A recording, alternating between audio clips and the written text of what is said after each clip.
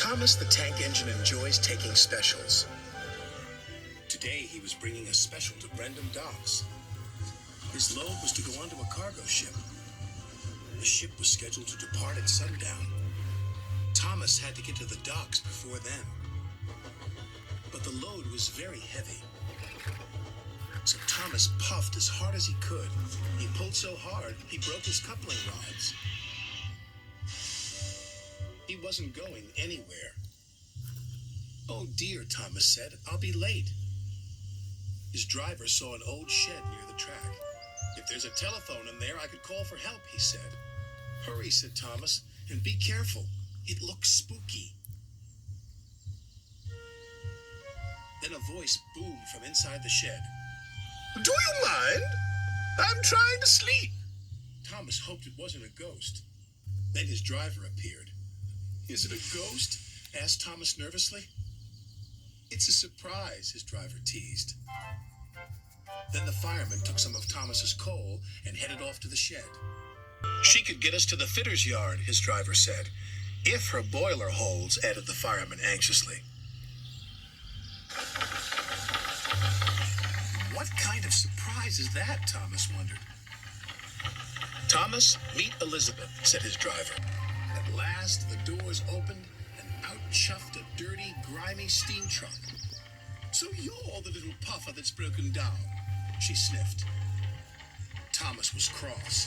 "And you're just an old steam truck," he retorted. "That would be vintage steam truck," snapped Elizabeth. "And I haven't much time to get your coupling rods."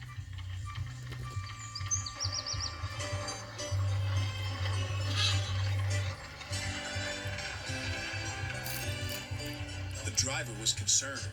Elizabeth was making awful grinding sounds. "She's not built for hills," he said anxiously. "You're losing steam," he called. "Just catching my breath," Elizabeth chuffed.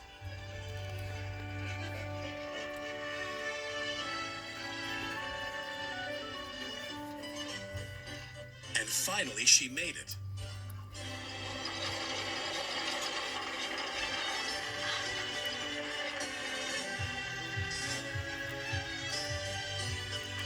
When Elizabeth returned with Thomas's coupling rods, she was pleased with herself. "And next time, don't be so careless," she scolded. Thomas thought Elizabeth was the rudest truck he'd ever met, but he was very happy to get his new coupling rods.